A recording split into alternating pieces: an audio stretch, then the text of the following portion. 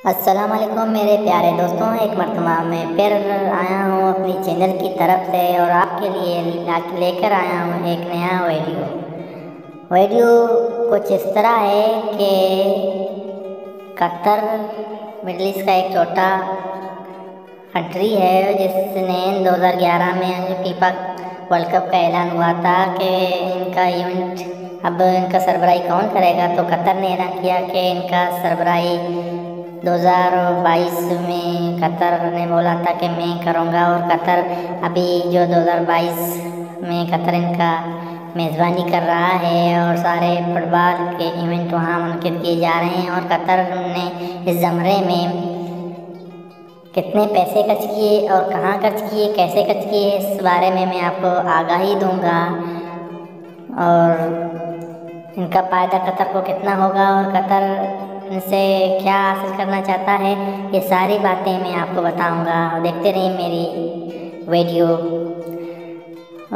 Qatar ने इनका मेज़बानी किया है और इतने 8 बड़े बड़े स्टेडियम बनाए हैं और मेट्रो सिस्टम बनाया है और रेस्टोरेंट और इन स्टेडियम के अंदर रेस्टोरेंट मौजूद हैं, शॉपिंग मॉल मौजूद हैं, ताकि सारे लोग यहाँ फुटबॉल देखने के लिए आ जाते हैं और उनको मतलब शॉपिंग के लिए बाहर जाना ना पड़े और खाने के लिए जाना ना पड़े, होटल में ठहरते हैं, इनको कोई दुश्वारी ना हो।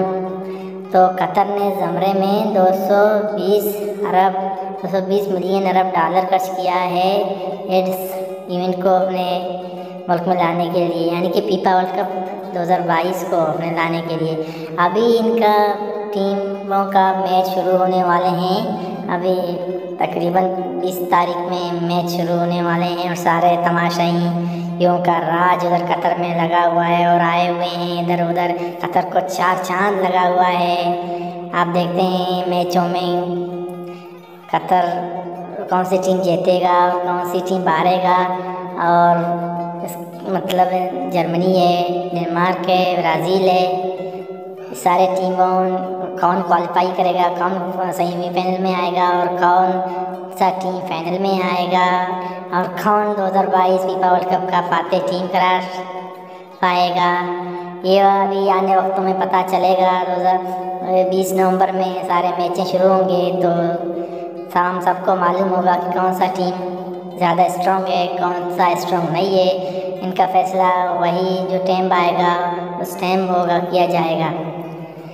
अभी देखो कतर ने कितने खूबसूरत स्टेडियम बनाए हैं, स्टेडियमों को देखो, 8 स्टेडियम बनाए हैं जिसमें ज़्यादा से ज़्यादा लोग बैठ सकेंगे।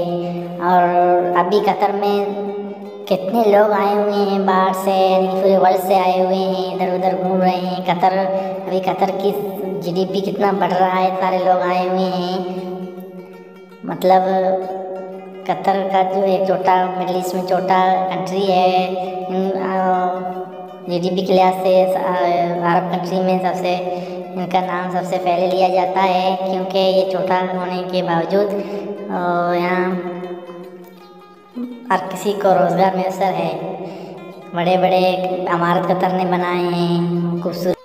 दोस्तों, हर कोई टीम यही चाहता है, हर कोई मुल्क यही चाहता है कि बड़े बड़े event, football world cup, cricket, दूसरे जो बॉक्सिंग वगैरह होते हैं वो हमारे कंट्री में हो, हमारे कंट्री की नाम पूरी दुनिया में फेमस हो। लेकिन हर किसी को ये मौका नहीं मिलता है, क्योंकि इस मौका को पाने के लिए कितने पैसे खर्च करने पड़ते हैं और यही पैसे कतर ने कितने पैसे इस मौके को पाने के लिए किए हैं।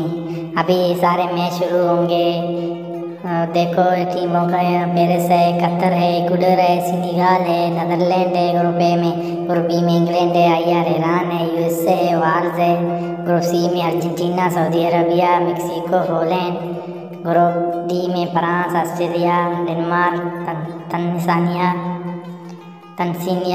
तनीसिया, ग्रुप E में Spain, Costa Rica, Germany, Japan, group F में Belgium, Canada, Morocco, Croatia, group G में Brazil, Serbia, Switzerland, Cameroon, group H में पुर्तगाल, गाना, यूरुग्वे, कोरिया रिपब्लिक।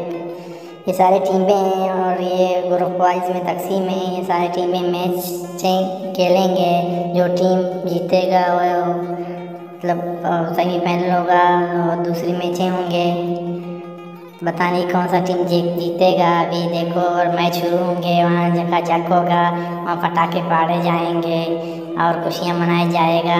न कितने खुशनसीब लोगों को मैच देखने के मौके मिलेंगे और कहाँ कहाँ से लोग इस मैचों को देखने के लिए आए हैं, कतर में ठहरे हुए हैं और वो मैचों को देखेंगे। इनमें बड़े बड़े टीमें हैं, बड़े बड़े खिलाड़ियाँ हैं। 2000 दी ऑफिशियल गाइड, बड़े बड़े खिलाड़ियाँ हैं और बड़े बड़े खिलाड़ियाँ यहाँ टीमों के हैं। वो खिलाड़ियों का जो